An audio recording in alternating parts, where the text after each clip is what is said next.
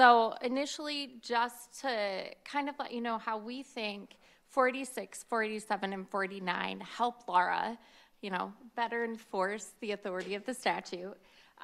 We run into an issue with out-of-state owners.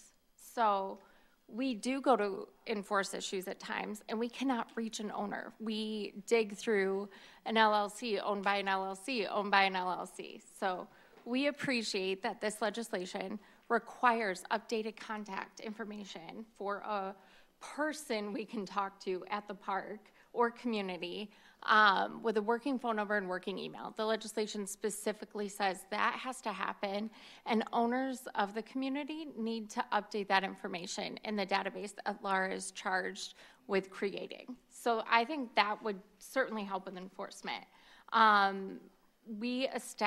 Senator Cherry establishes a beneficial interest. So disclosure of who has a beneficial interest in this community, attestations that they, as Senator Cherry said, haven't committed fraud, haven't been denied or suspended a license. So we can kind of get our arms around these bad actors that are picking up property after property after property and creating the situations that I think come to your offices with the living conditions not being up to standard. So that is something we really appreciate about this legislation. I do think we want better enforcement. That is something, ever since I've been with the department, we have been trying for.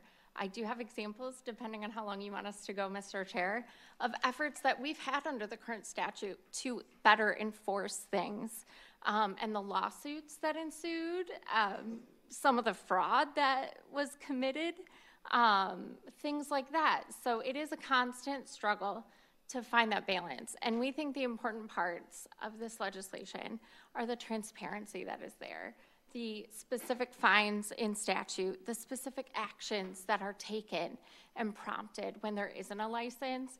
The department is still charged with a notice to the community. Our goal is always going to be to get people into compliance, to have a safe community for residents to live in, to ensure that that goes on and we're not facing situations where people are having to move and something is unlicensed or maybe sold out from underneath them. But overall, we support this legislation for the transparency and better tools it gives us to enforce what I think we all want to be the standards of the community. If you have some time, Mr. Chair, I would, just because training was mentioned, I would like Alicia to kind of go through what the department is doing to train mobile home inspectors and see if we can all agree that's beneficial.